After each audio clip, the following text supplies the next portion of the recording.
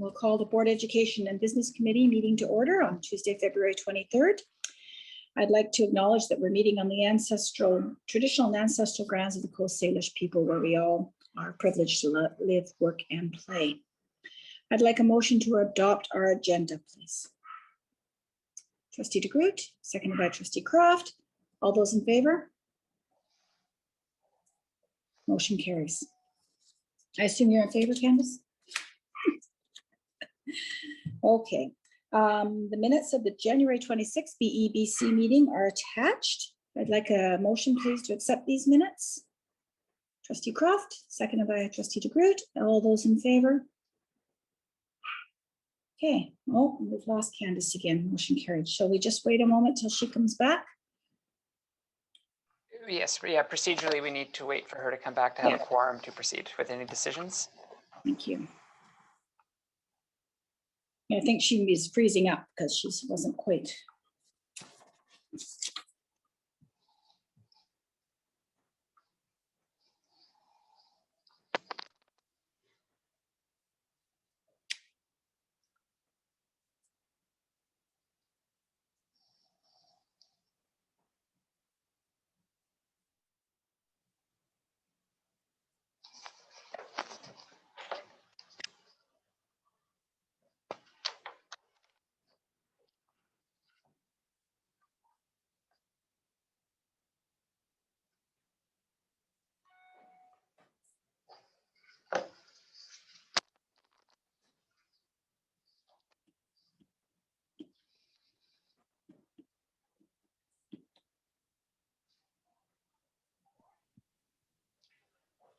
Well, we did actually start a nice fire for you guys, but the cat is using it at the moment and she's in my chair. So you'll just have to imagine it.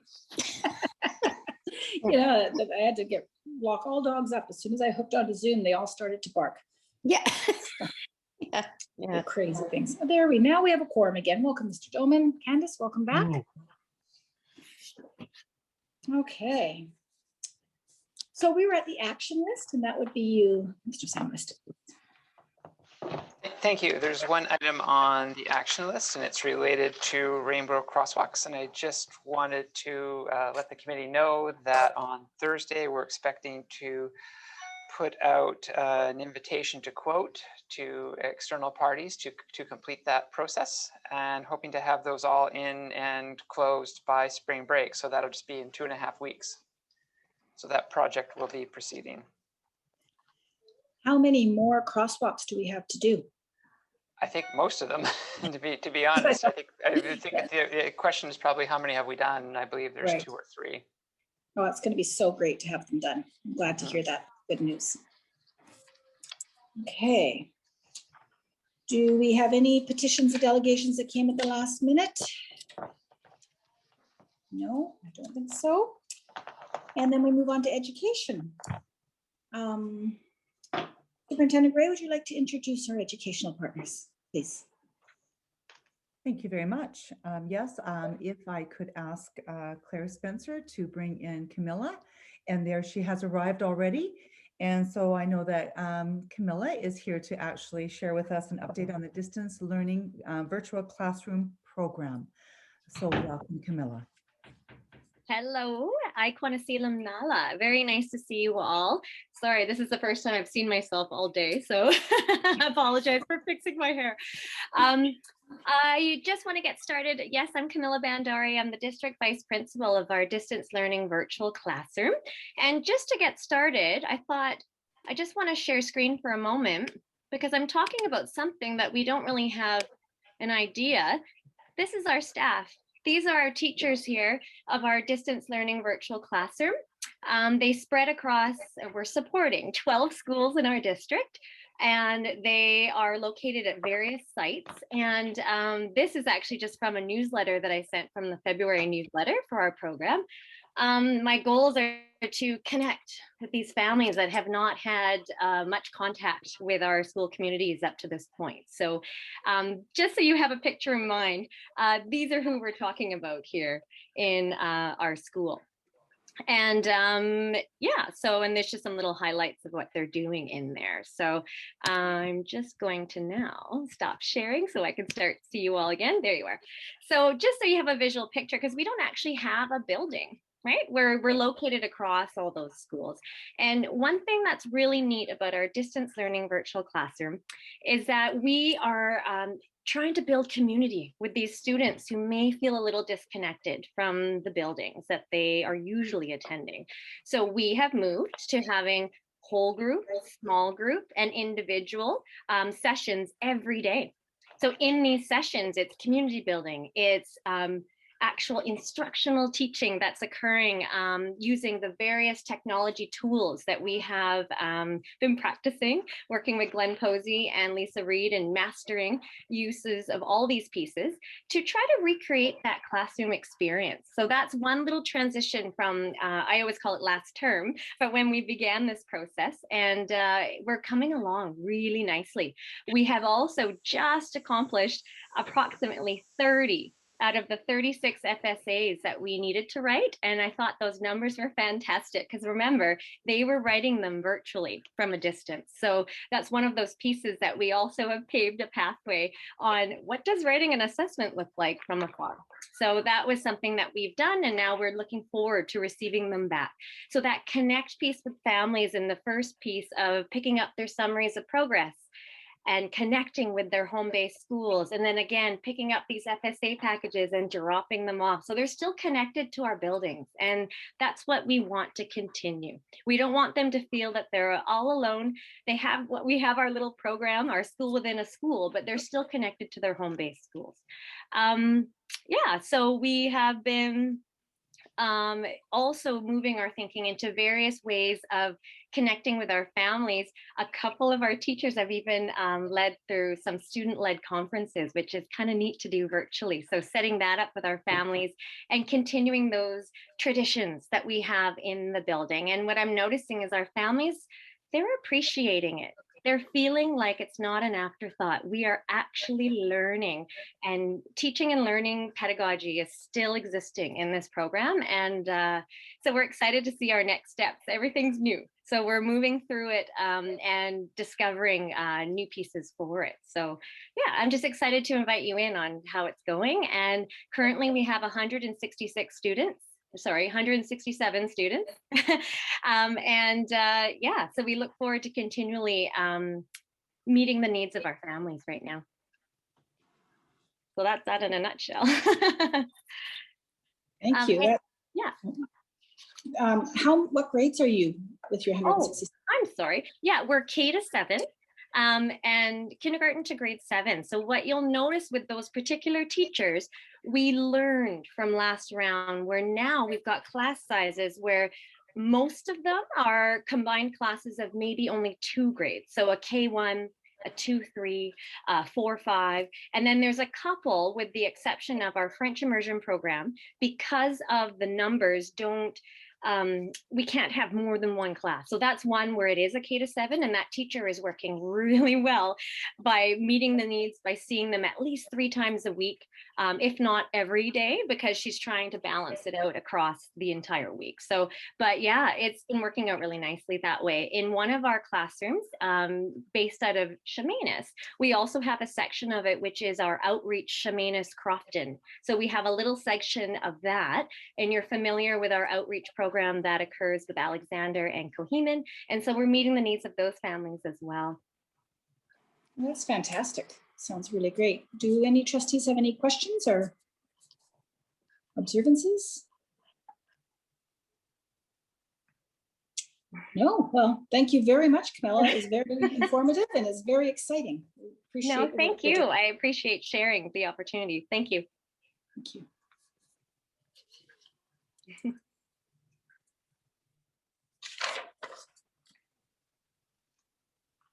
Okay, can we, Claire, bring in Cheryl and Glenn, please?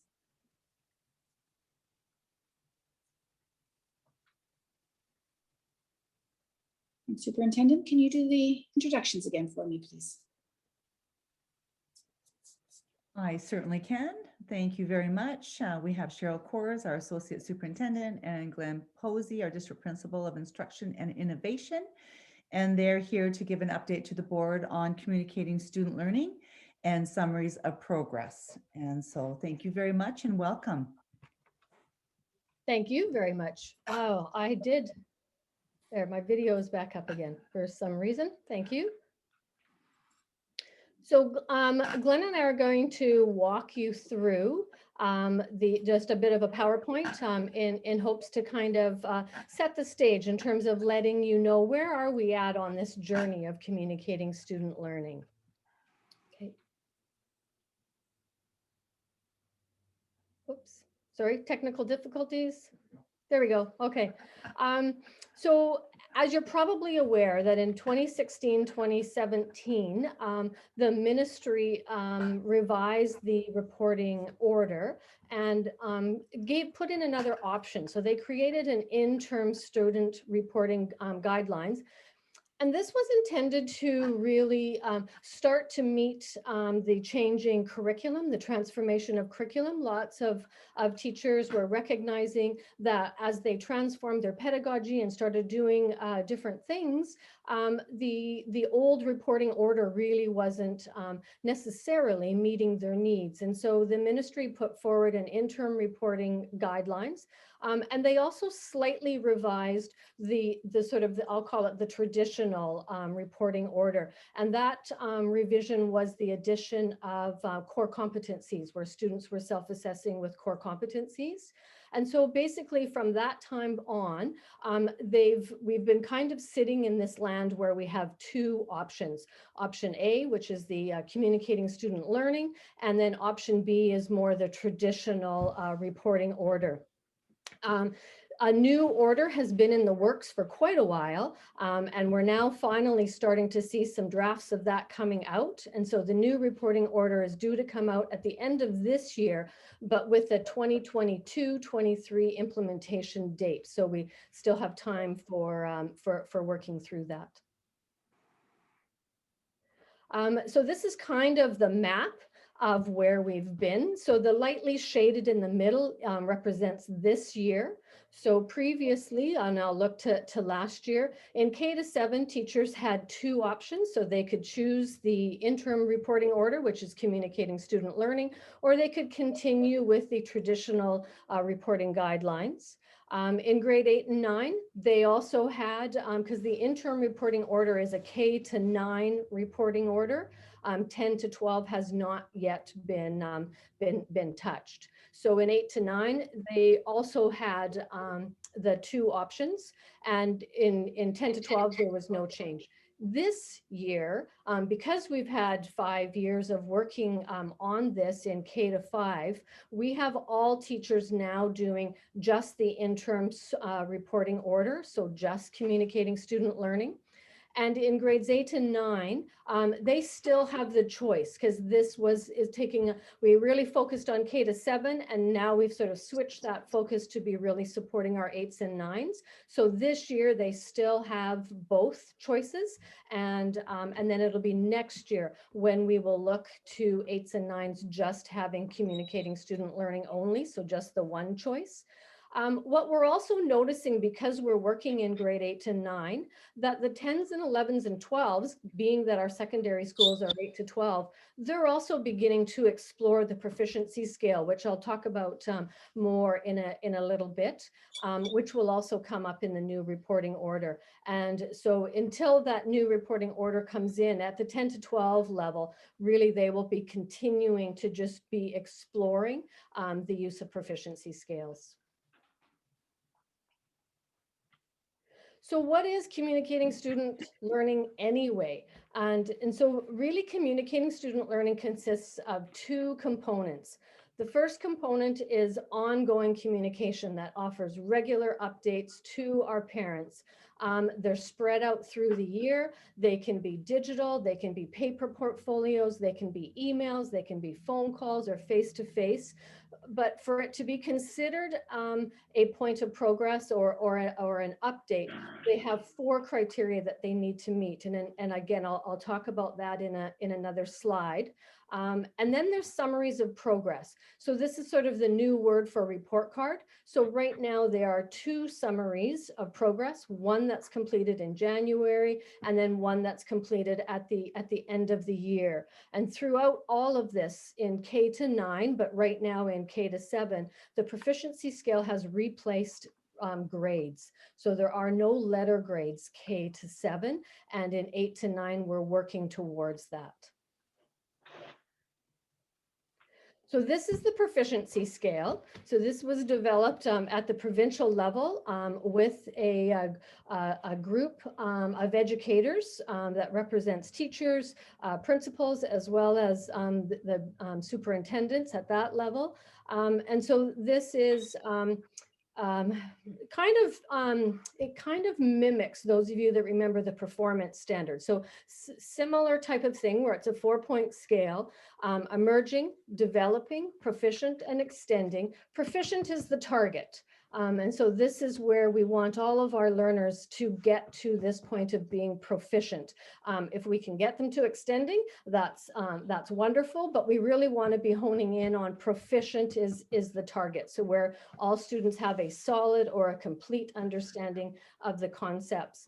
The other really interesting thing with this proficiency scale is that everyone has a place on it. So there isn't anyone that would be outside of emerging, and there isn't anyone that would be outside of extending. So whether you are a kindergarten student or a grade 12 student, whatever the concepts are that you're working on, they could be found on this scale. So you would either be emerging, you'd be developing, proficient, or extending, or you might be just about proficient or that type of a thing. But the intent is that everyone can find themselves on this scale.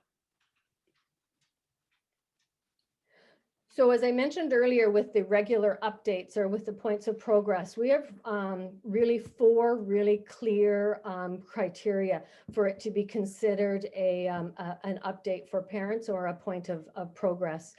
And that's that we're using authentic evidence of learning. So there needs to be a really clear description of what the learner is doing. That could be, if you're using a digital or even with emails, it could be photos, videos, audio, work samples, could be, paper work samples going home, but it needs to be what the student is working on. And we're really working towards it being more formative in nature rather than summative, because the whole point of these regular updates is to help students grow their learning. And it's really hard if it's summative in nature and you're moving on to something else, really hard for students and our parents to help students action on that. So we're the sort of really the big change here is working on from that formative piece. So we're looking at the process of learning and where students are at. And so another big criteria then would be the descriptive feedback. So how well is the student doing and what needs improvement? And then that leads right into next steps. So if this is what the student's doing and this is how they're doing, what are those next steps? What is it that the student needs to be doing to improve their learning? We always talk about it needs to be actionable. So descriptive feedback wouldn't be nice work or look super. Descriptive feedback would be things like you've done really well here, here, and here. Although this piece is missing. So to get better, you'd need to work on X, Y, or Z.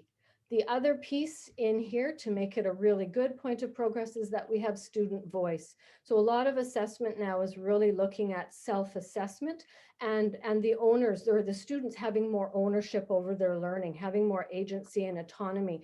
So students knowing where they're at and where they need to go next and hearing their voice in there in terms of what it is they need to do is another really key aspect to this. And then these updates, they can include the proficiency score, but they don't have to.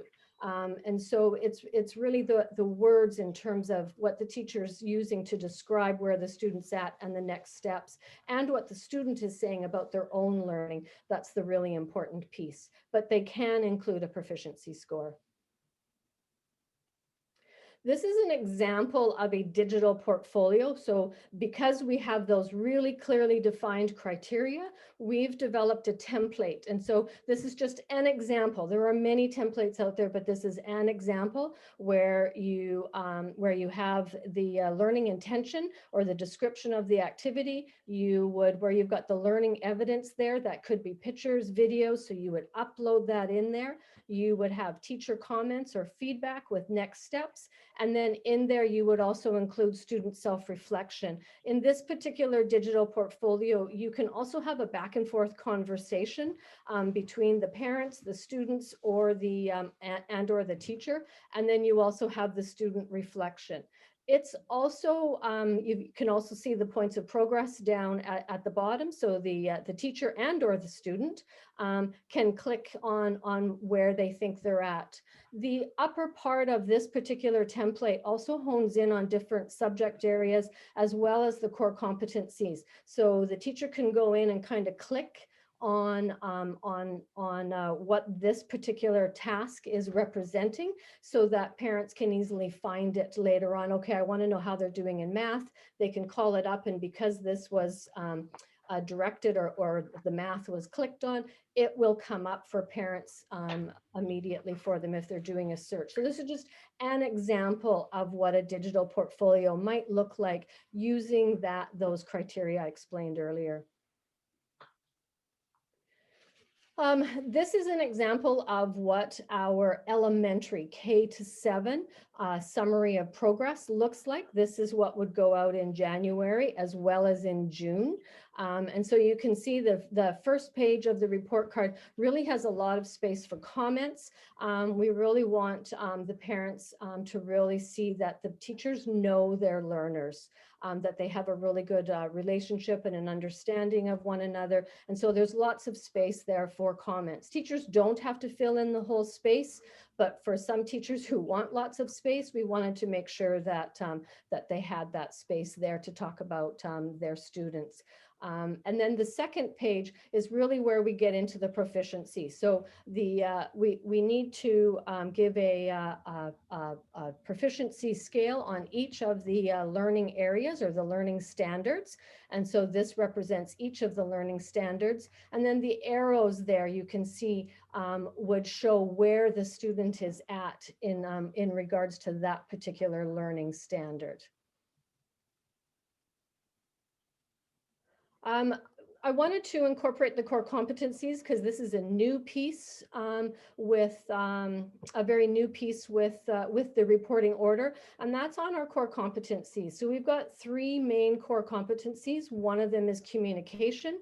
The other one is thinking, critical thinking and creative thinking. And the last one there is personal or personal responsibility, personal identity, knowing about themselves. And so students are now required to self-assess on the core competencies, but they're not something that stands alone on their own. It's something that's intended to be embedded within their everyday work. So when we do the January and the June reporting, students along with that is attached some sort of a self-assessment around this. And again, we're really, really flexible because it could be in an interview format where the teacher's asking the students, how well do you, what do you think about your communication skills? What do you have a goal there or whatever? What about critical thinking? What about, and so it could be an interview. It could be the student doing a self-assessment, just sort of a written paragraph. It could be sort of a, it's done in many, many ways, but we're really trying to be, it could be through a collage of photos, but we've really left it wide open for students, again, for that student agency aspect of things.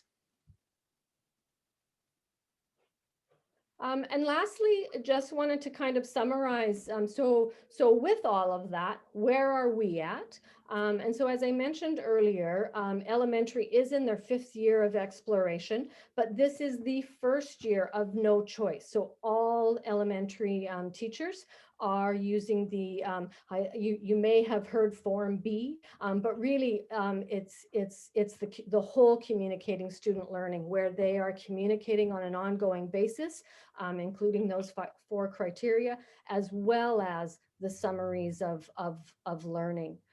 In grade 8s and 9s, we've had pockets of teachers that were really, really interested last year. And then this year, it's really expanded. So this is really the first year of larger scale exploration with using proficiency scales and no letter grades. And so this year, we're still allowing teachers to have that choice between option 1 or option 2. And really what we're noticing is that the interest is definitely expanding. And we've really had no parent complaints to this point in time about no letter grades. And if a parent wants a letter grade, they would just need to speak to their classroom teacher, and their classroom teacher would right away be providing them that letter grade. I can say when the elementaries were first starting this, I think they had, a few requests, but as we've really worked through this, that the number of requests have really gone down to extremely few. So it really, it's quite fascinating actually, in that it's really become a non-issue. And then, as I mentioned earlier, the grade 10 to 12 are exploring some use of proficiency scales this year, and will continue to do that next year as well. I'm thinking that the direction of the reporting order will have 10s and 12s using the proficiency scale, but that the final will still be a letter grade and percentage. So we're continuing with that work. And that is the end of that. And then Glenn and I are here to answer any questions, should you have some. That was fantastic. That was really informative. I've kind of been only getting it in bits and bytes. So it's really nice to see it all laid out like that. I have a question about the digital portfolios. Are many of our teachers using them, and are they all going to be expected to? And if so, would there be a timeline? Yeah, so we have, right now, we have teachers using EdInform, which is the template that I showed you actually comes from EdInform. But we also have a number of teachers using FreshGrade. And so either is fine. EdInform has all the criteria there, so the template is set up for them, so it's easy. FreshGrade doesn't, so we have to be a little bit more mindful with FreshGrade to make sure that it's not just a scrapbook, that we are making sure we include those 4 criteria for it to really truly be meaningful for parents. Because if it's just a picture with 1 or 2 sentences, it really isn't helpful for parents, and it's not really helpful for students either. Your second question is, will all teachers need to use a digital portfolio? No. And so that is teacher preference. So lots of teachers are doing fabulous things with paper portfolios that are going home and back and forth. And so they collect all of this work and they go home for about a week and then they come back. So there's lots of teachers are doing amazing things with both paper portfolios and digital portfolios. So it's really teacher preference. And we have lots of teachers that are doing really great things with emails and face-to-face conversations as well. So it doesn't have to be one or the other, as long as it has those criteria. That's fantastic. It sure gives teachers room to use their self-expression and go in a direction that they would like to be. I'm glad to hear that. Any other trustees have any comments? Trustee Spilsbury, you're muted, huh? Thank you. That was a great presentation and very clear. I'm very pleased to understand it this time. With the grades 8 and 9, looking in the future where the K to 7 progress reports moved from Form A and Form B, and now in grade 8 we're into again that option. What's the future bring? Is that is it going toward communicating student learning format from the ministry, or? Yeah, so 8 and 9 is going towards communicate. Well, it is communicating student learning. It's the actual summary of progress that we're having difficulty with, because they're in secondary schools. They all use EdInform, and so right now we're struggling, as is the ministry, to have EdInform somehow.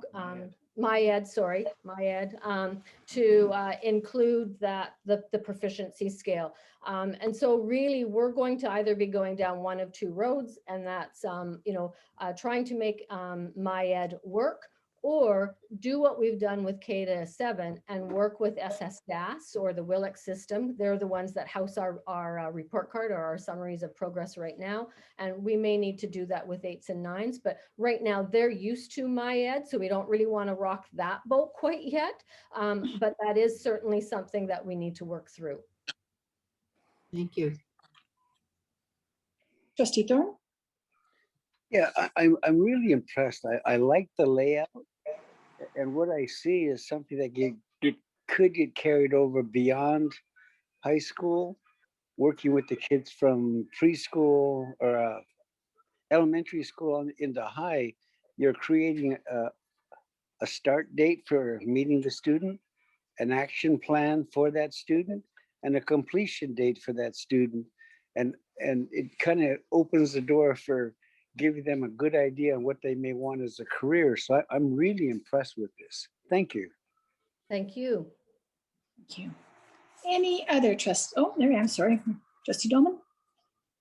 That was a really great explanation. Mhm. I went through my daughter's report card. I had to ask her a whole bunch of questions about what does this mean? What does that mean? And sometimes she could answer the questions, sometimes she couldn't. So it's almost like you need to take that explanation and send it to the parents. So, because if I couldn't understand it, or had a hard time doing it, I imagine what some other parents do. So thanks for that. Yeah, thank you. Any other comments? Well, thank you again. I think we all feel the same way. It was great to actually understand it and see it kind of all lined up. That was good. Thanks. I think that's everything then. Thank you. Just waiting for Claire to. Waiting for Claire. Oh, she doesn't have to get rid of you that quickly. Okay, now we're on to 6.3, the 3-year calendar, and that would be with Mike Russell, who's probably popping in shortly.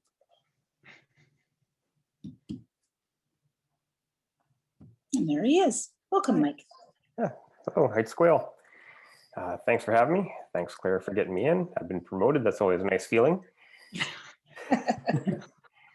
I just came in to give a verbal report on the school calendar survey, the 3-year school calendar survey. So first off, big kudos to Cheryl for all the hard work she has done on preparing this. I had the easy job of just putting it up on online, but Cheryl really was the mastermind behind this and really getting everything to a point where it was super easy and super digestible for the public to take there. So as you know, on February 2nd, the board approved the 3-year calendar survey and the plan to put it out to the public. So far since that time, we've done some advertising through social media. It has been in the newspaper, and we have had 113 total responses so far. So as of this morning, when I did this breakdown, 60% of those, or 68 respondents, identified as a caregiver or parent. 27% or 30 respondents identified as QP staff, and 9% or 11 respondents identified as teachers. There were a few other little ones in there, but nothing major, nothing statistically significant. So in the first calendar, which was the 21-22 calendar, we had 111 respondents, and I'm going to say that because not every calendar had the same amount of respondents. So if I give you the breakdowns, you'll wonder where people vanished to. But in the 2021-22 calendar, we had 111 respondents. 61% were in favor, 13 had no opinion, and 26 were not in favor. Of those not in favor, when asked to elaborate, most of the comments revolved around our spring break and district closure.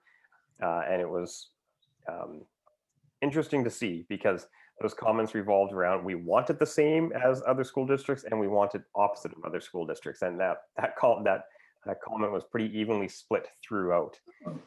So it was interesting to see that. For the 2022-23 calendar, we had 108 respondents, 64% in favor, 13% had no opinion, and 23% were not in favor.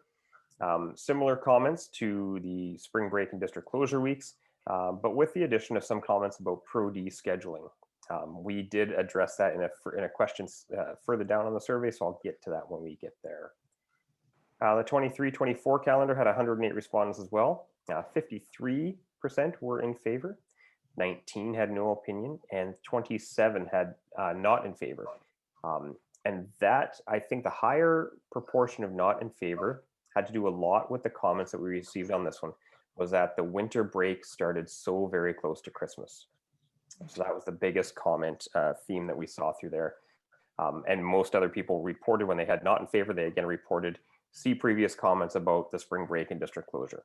So between spring break and district closure and the proximity of our winter break starting as close to Christmas as it does, that was the comments on that one. So then we asked about non-instructional days and where people preferred those, on what day of the week, or if they had no opinion. So of the respondents, we had 112 respond to that one. And then Monday had 51%, and Friday had 71. Just so you know, you could click as many as you wanted. So it's we don't have 120%, but we have 51% choosing Monday, 71% choosing Friday, and the other days of the week were pretty statistically insignificant. And that is that was the last question on there. And so that is the report. If you have any questions, I'm happy to answer. Trustee Spilsbury. Thank you, Director of Communications. I'm just wondering, when is the deadline for responding to the survey? We're going right toward the day before the open board meeting in March. Okay. So that gives us our 30 days of response, which is what's needed through the ministry. Okay. Can I just follow up with a question asking about the amount of people that are responding? Has it gradually tapered off? Like, do you think we've received most of the responses and therefore a clear picture already? Or do you think it's still coming in fairly evenly? So typically when we see these, we do see them sort of a wave. We get that big peak at the beginning. We have actually seen 3 peaks in this one. So those 3 peaks coincided with the release of the survey. I believe it was our DPAC meeting where we were there talking about this. And then the last one was the last time I did a social media push on it. So there will be further advertising on it. I'll put it out again before the time the survey concludes. So we may see another peak in there. Okay, thank you. Any other comments from trustees? I guess, thanks, Mike. That's a good heads up and gives us something to start thinking about while we wait for more information. Right. Thank you very much. Now we're on to section 7, business and operations. And I do believe I will be turning it over to our secretary treasurer for this section. Thank you. We have a fair bit, actually, of finance information. I'm going to begin with reviewing our projection for the current school year, financial projection against budget. And to do that, I need to share the screen. So I'm just going to go to the agenda. Hopefully this is large enough for everybody to see. So we've updated our template to now include the new amended budget that was just adopted by the board earlier this month. And in doing that, we then start to look at all the trends in regards to our revenues and in regards to our expenditures. And we use modeling to calculate these variances. So I don't think there's really a lot to talk about up in the revenue section other than the February count, which has just finished, is not included. That hasn't been announced yet, but we do anticipate a little bit higher grant coming in February than what we had originally had in our budget as far as student enrollment. And we're also under the understanding that the province has not fully distributed all funds this year and that there may also be a holdback coming back. So I have not incorporated any additional revenue. So at this time, on the $91 million revenue budget, we're showing a variance of about 34,000, but that could change with some further announcements either later this month or next month. When we start to look at our salaries, I think we need to pay attention to a couple of areas here. And our principals and teachers are coming in pretty close, and there's just been a little bit of interchange between a couple of individuals between which account they're coming out of. But the one that's sort of showing quite a variance here is around our QP staff, so our education assistants and clerical noon hour. And I want to just explain why we're showing such a surplus in these accounts right now. And it's not that we haven't allocated the FTE that was budgeted, but there's two reasons for it. The first reason is that we budget on a number of weeks that we believe we're going to pay each employee. And in the case of our QP staff, we are almost 2 weeks less than the previous year due to the late start and the early finish. So our budgeted expenditures are for a traditional period of time, and we are down by about 2 weeks of almost a pay period of what we would typically be paying out to that workforce. And the other area is when I mentioned that we budget on the number of weeks that we anticipate each person being paid, it's not just the weeks worked, it's also the vacation that somebody accumulates. And we're finding that we're having a fair bit of turnover in our QP staff. We're starting to see retirements and a lot of newer hires, and the collective agreement provides different vacation allotments depending on how long you've been with the school district. And so we just revised that in moving into the 2022 budget to align that to a lower amount of vacation now. Our previous calculation was obviously too high, as you're seeing those surpluses there. The other accounts are coming in pretty close. I want to highlight on our casual replacement that the board did put in another $200,000 this year versus last year. And we're currently $66,000 under budget. So if we hadn't done that in this budget year, that budget would be showing at about 140 over, but it's pretty stable with 2 years ago. Last year was a bit of an outlier, but it's stable this year so far. And as I'm watching the data in February, typically our traditionally our highest month for absenteeism costs, so far it's not. It's not that far off. You know, we look at teacher absenteeisms and it might be 30, 35 individuals a day, and we would have days where we would have 50 of those just being illness in a typical year. So I think we're going to see that number move in a positive way, even more positively as we move out of February and March. So when you have a surplus of almost $1.2 million coming out of the salaries, that's somewhere about 1.5%. So that's not that we're so far off. And accordingly, you end up with a benefit surplus that aligns with that, because wages and benefits, if you're underspending your wages, guess what? You're underspending on your benefit account. And then just sort of moving down a little bit here too. I'd also should note that I expect that we're going to have some more surplus out of this particular area here. I hope I didn't highlight too much.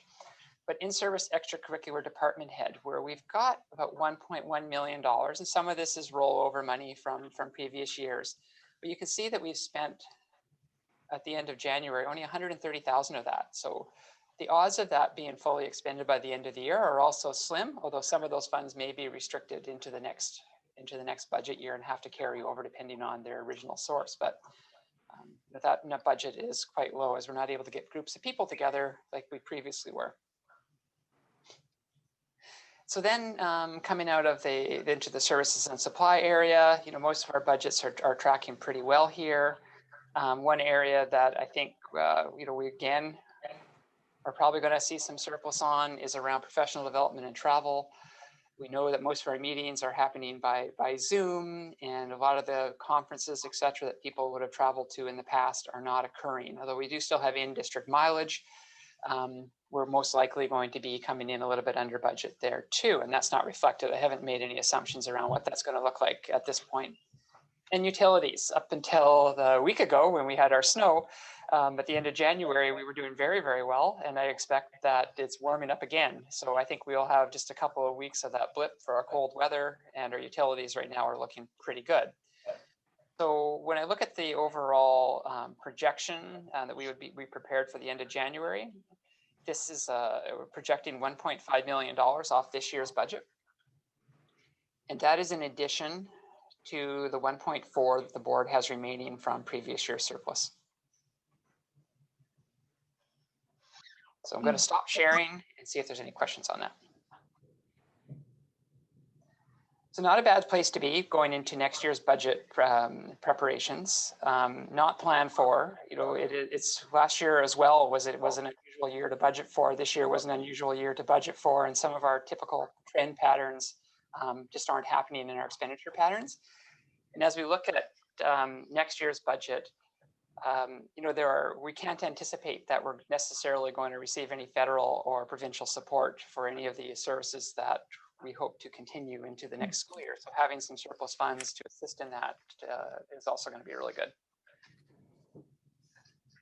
So I'll move to the next one. I'm going to share my screen again, coming back. I'm going to go down another page. Sorry, it takes a while to get there. And this is going to be really hard to read unless I blow it up. There we go. So what this is our enrollment projection as of February 15th into the next school year.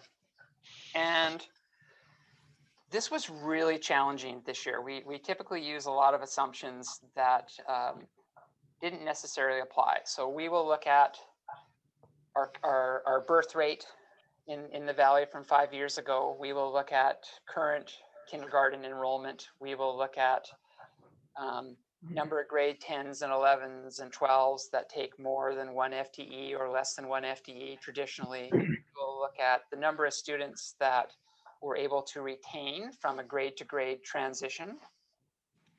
And most of that modeling is still applicable, but it's not as accurate as it usually is as far as coming up with an estimate. We also look at Beauregard data and provincial data.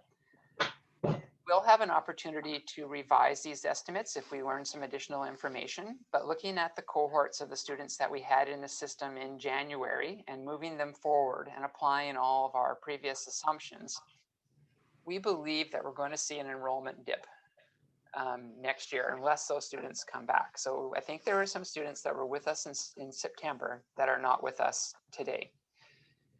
And right now we're projecting that drop to be about 187 students. Okay. So I'm going to just leave that because that's going to be the basis for where we'll start our budget. And if we learn more, I know there's going to be some parent or potentially some school surveying happening in April around the various types of programs that we're going to be offering and what family plans are as far as returning. But we don't know that I don't know that those kids are all guaranteed to come back at this point. So we're starting there. It's easier to add back into a budget at a later point. So that's a drop of, I think, 1.5% or so.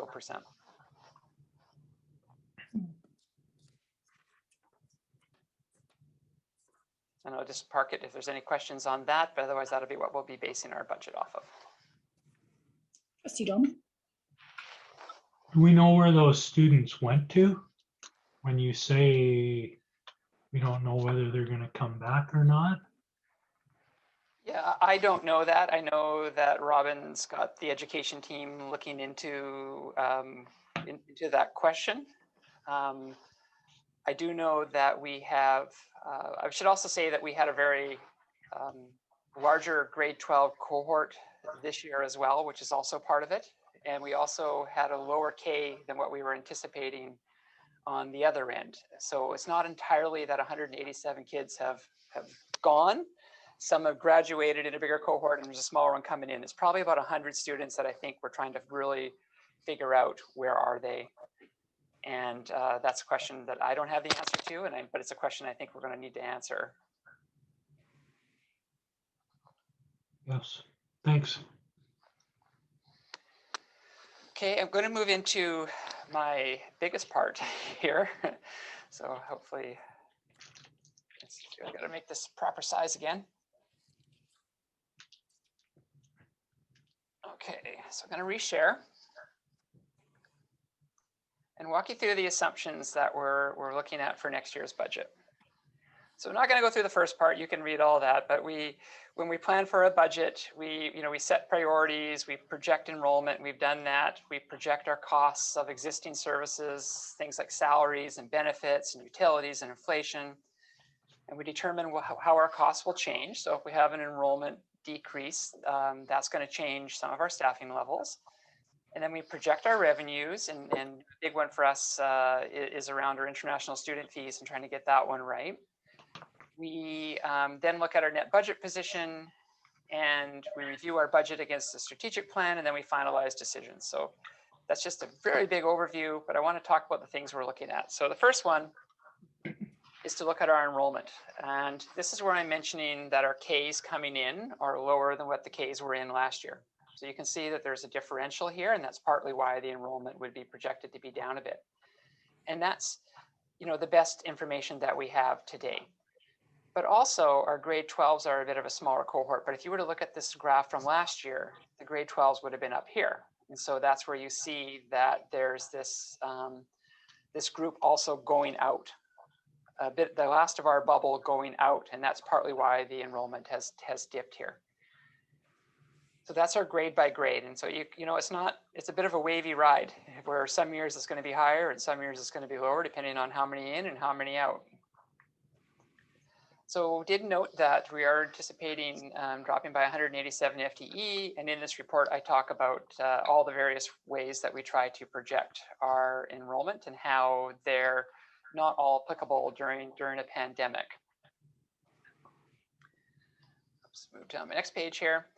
Also want to talk about total enrollment. So this is where we were, 2008, 2009, and then we dropped, bottomed out in 2014, 2015, and then we started up again, stabilized, and then this was our COVID year, where we just dropped very, very slightly. And so next year we're sort of predicting dropping, and then we've got a flat line on our projections out for the next 3 years. Again, all subject to change. And if we learn more as we go through the budget process, this line may go one direction or the other. And we want to talk about unique student needs because they have a big impact on our classroom enhancement fund. So you can see that we went through a period of substantial growth in identifying students with designations, and that is now really plateaued as far as numbers go.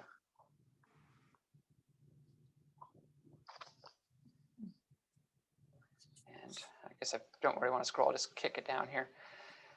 So looking at our expenditures, so what we know for next year funded is that we have wage increases for teachers and for support staff of 2%. And that is built into the funding model. So within our per pupil rate or within any separate line items, depending on how the ministry decide to show us that funding, that will be funded. I do make a note here that this is the next budget year is the final year of those 3 collective agreements.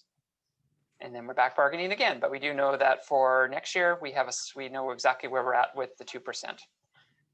Not funded items that we're looking at would be whether to keep the principals, vice principals, and any other employees not covered by a collective agreement in line with the teachers and support staff. So that is not funded. The board would need to fund that themselves. Lots of new hires in the last few years, and those teachers go up every year with their experience ratings, and that typically costs a fair amount of money. Sometimes that's offset by retirements, and we don't know that at this point, but around May, we start to find out how many people are going to be leaving who are more expensive teachers that sort of offset some of those increment steps here. Also replacement costs. So I just showed you that we're a little bit under our budget of about $66,000, but if we look back last year pre-pandemic, we were anticipating being almost $750,000 over budget, and then the pandemic came. And that pattern changed because we didn't have anybody working for a couple of months in school. So something still to be paying attention to. If our levels return back to absenteeism levels of 2 years ago, we have, I think, an adequate budget, but we don't know that. And Canada Pension Plan premiums are increasing for the second year in a row. So that's something else we need to be building into our budget. And even though for the first time we have credits on our WorkSafe, the overall base rate is still going up. So our WorkSafe rate is going up overall as well. So we need to be factoring that into our budget as well here. And then some pandemic considerations. I wanted to make sure we highlighted that the provincial grant of $651,000 and the federal of $3,050,000. Those funds which supported technology and hand washing and additional cleaning and air quality and community outreach and remote learning programs, there's no commitments for those yet that we've heard of for the next school year. But we know that some of the practices that we put in place may wish to be continued, and we'll need to be thinking about how to fund those. For an example, custodial levels may be one that comes to mind. And I know this is what we talked about at the last advisory.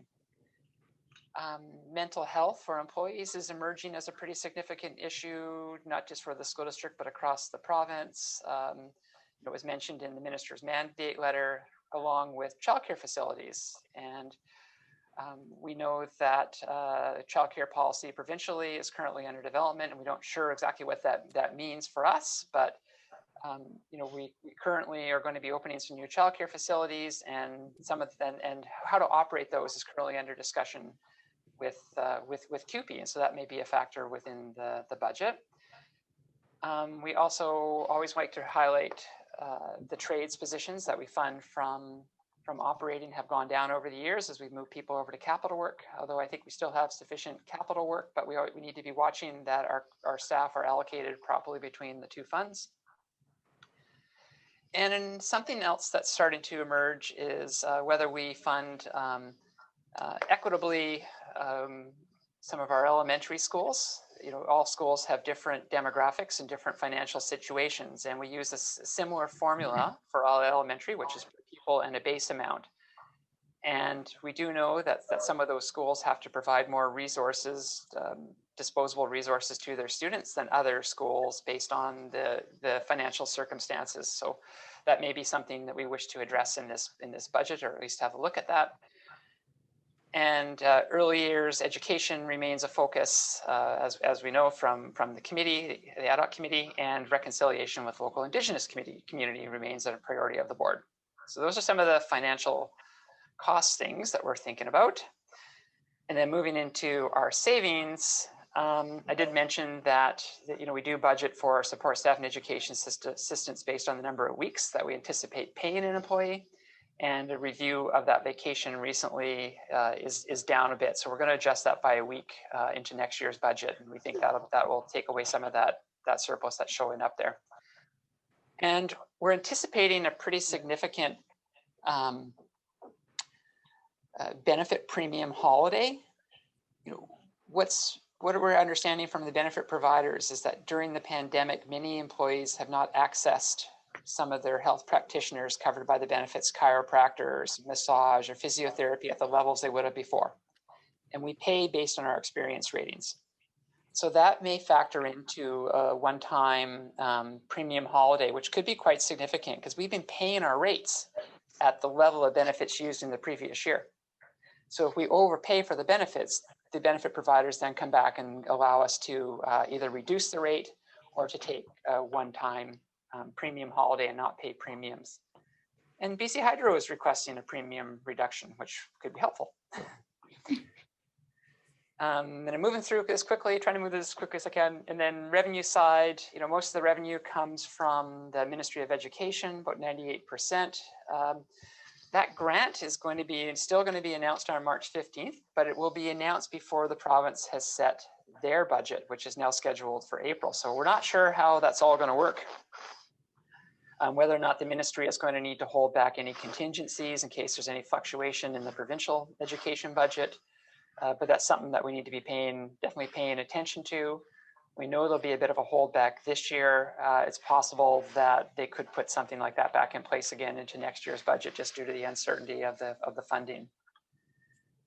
And then ongoing grants, we're still receiving a transportation grant that removed the bus fees for in-catchment riders, 283,000, and we get pay equity of 363, and that amount has been around for 20-ish years.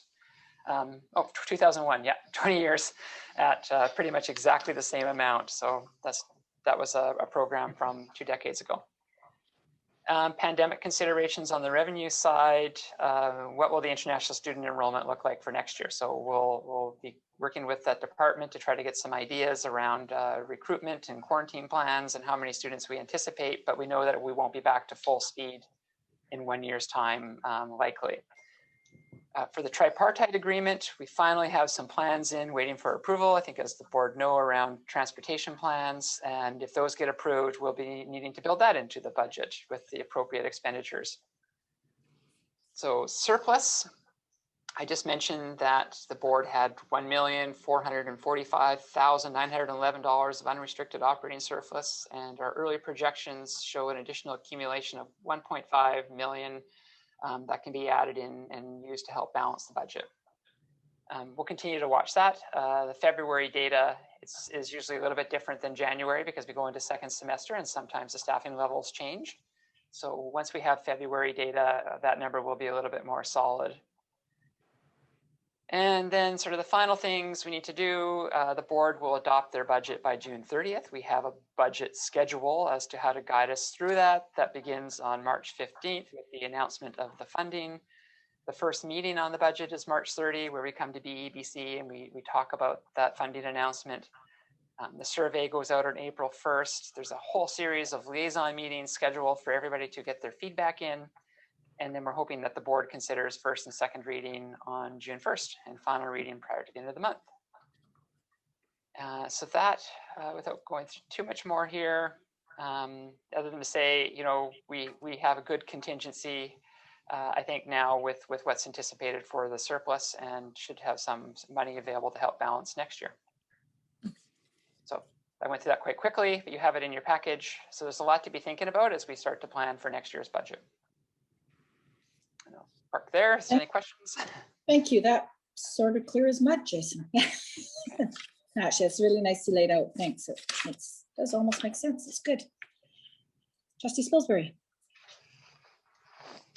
I was just hearing the board passing the budget on June the 1st. Isn't that late for us? Like normally that's connected to our staffing process, is it not? Yeah, we have to make sure we have a balanced budget by May. What we wait for is for final announcement on the funding for the Classroom Enhancement Fund. We adopted it early a couple of years ago, and then the ministry changed the amount of the estimate for the Classroom Enhancement Fund dollars, and we had to revise it. So we'll make sure it's balanced in time for staffing, and then it just kind of sits and is parked for about a month. Waiting for that finalization of the additional grant funding to come in after we submit our Classroom Enhancement Fund estimates. Okay, but so it has to be basically balanced, and the board needs to endorse it by May. Okay, so we're endorsing, we're not bylaw passing. Okay. Yeah, and then we have the authority to move ahead with the staffing. I think we crafted some motions around that the last couple of years to navigate the timing of adoption and still give everybody the authority to do the staffing work that needed to happen. Okay, thank you. And while I have a moment here, I'm just going to thank you for your presentation today. It was very clear and very thorough. Thank you so much. You're welcome. And I have one more. Okay. One more item on my agenda, and this is to look at the budget guiding principles. And there are a couple of minor changes, and I want to thank Mike Russell for his work on his review of these. So what we did is we rolled the ones over from last year, and he has added in blue a couple of additions or changes to the budget guiding principles that we used in the previous year. So I don't know if you've had a chance to review these, but they begin by ensuring that priorities of the strategic plan are properly funded. And we've added that the budget will account for uncertainties of the global COVID-19 pandemic and its effects on the school district. We don't think we'll be free and clear by September. Developed in a transparent process, including public and partner input through communication and consultation. And we've got the liaison meetings and survey ready to go. Budget decisions must be reported back to public and partner groups, and that's the transparency. Supports the strategic plan. Is developed on the principle of equity is new, and I think that has just been reworded. And then balances the four priorities that we have within the plan. And then legally complies with the School Act, collective agreements, and other regulatory requirements and board policy. And we need to change this because it actually doesn't recognize that the student population is increasing, because we just revised that. But I think we could actually say our student population is pretty stable at the moment. Well, it's going to go down by 187, but I think we'll probably come up a little bit from there. So we do need to look at that one. I think we just need to reword that to, no, overall our population has been increased, and I think that's still fine. We had we had a drop, but we are overall still growing. And then maintains appropriate contingency balance. So those are the, did I have this on share? No, but we have, no, you didn't. Oh, I'm sorry. I was just reading away there. Sorry, here you go. So when I stumped on this one, I think overall we're still, you know, we are going to see a little bit of a drop, but overall we are in a trajectory of an increase. So I still think that's fine as far as that second to last one here. And so these are the budget guiding principles that we hope to bring forward into next year's budget. And if supported by BEBC, we would want a motion to recommend those go forward to the board for the next board meeting. Trustee DeGroot, would you like to make that motion? Yes, I would like to make that motion. Okay, and seconded by Trustee Thorne. And is there any conversation on this motion? Trustee Spilsbury. Well, it's almost conversation on the wording of the principles, but I guess it can address the motion because it would influence my vote. So the first is I'm struggling on the second to last bullet where you mentioned that it's okay because the school district is increasing, but I'm not really increasing enrollment, and I'm not really able to balance that in my mind if we're showing that we're losing 187 students. That's a fairly significant drop, really, in my mind. And I understand what you're saying around, you know, we're continuing to grow, but we didn't grow this year, and we are even less growing next year. So I'm wondering about that. And my question is bullet 1 and bullet 5. What's the difference there? They're both saying support the strategic plan.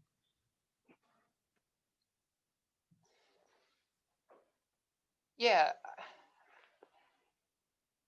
they're actually pretty similar, aren't they? I think they could be consolidated just into the top bullet. Mm-hmm. And I actually think we could remove that second to last bullet. I don't know that it has any effect on the overall principles in the fact that because our student population is uncertain for next year, more so than any other year, and could come back in again in another year. Because what we were trying to recognize is that we were always ensuring we had adequate resources to support growth in those times.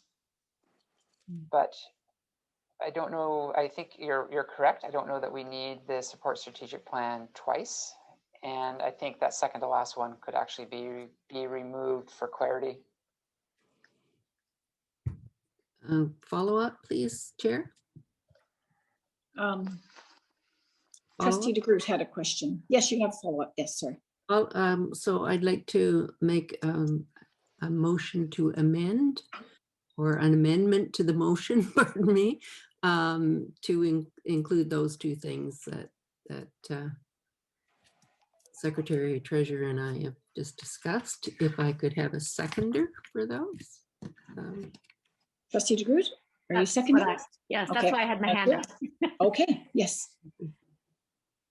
Is there any more conversation or debate on the motion? On the amendment? With the on the amendment, thank you. On Mhm. the amendment. Okay, all those in favor of the amendment? Okay. Now, is there any more conversation on the motion? All those in favor of the motion? Okay, motion carried. It's tricky for me. Thank you. That's the end of my report, and I think that's clear with those amendments. So I appreciate that being brought up. Thank you, Jason. Your report was very clear and it's going to give us lots to think about. So the next thing on our agenda is number 9, committees. And Trustee Croft, would you like to give us the highlights, please, of the advisory committee meeting? Absolutely. Thank you so much. So just as a reminder, the advisory committee groups to, you guessed it, advise the trustees on matters that are timely and important to our educational partners. We have such a committed staff and everybody works terribly, terribly hard. The upshot of that is there's awesome benefits for our students, but also for the folks that work for us, health and wellness and safety matters.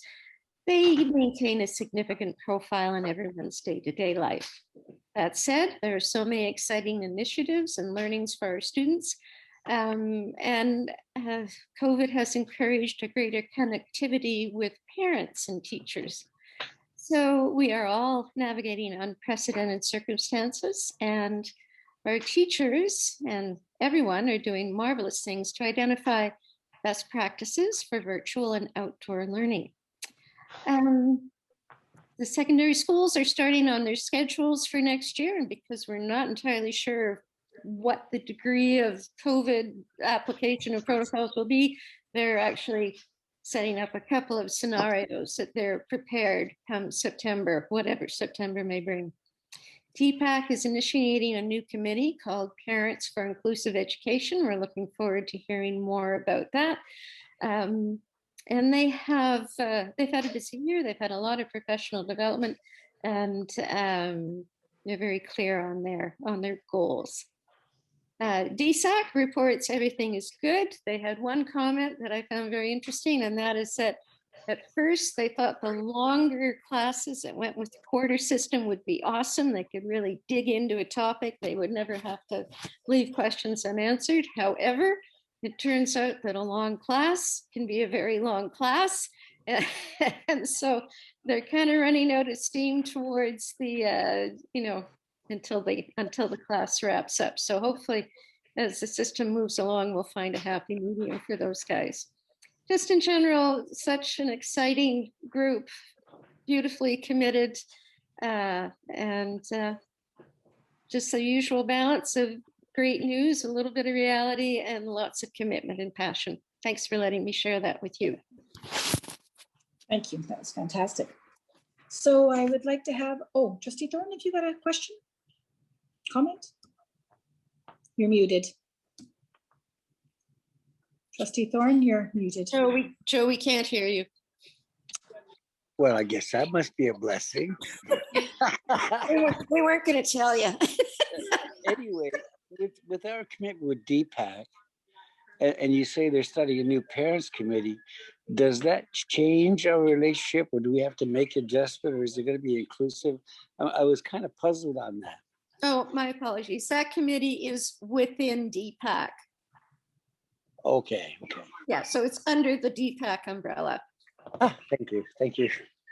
Thanks for letting me clarify.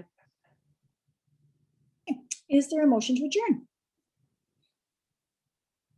Trustee Thorne, seconded by trustee Spilsbury, and all those in approval.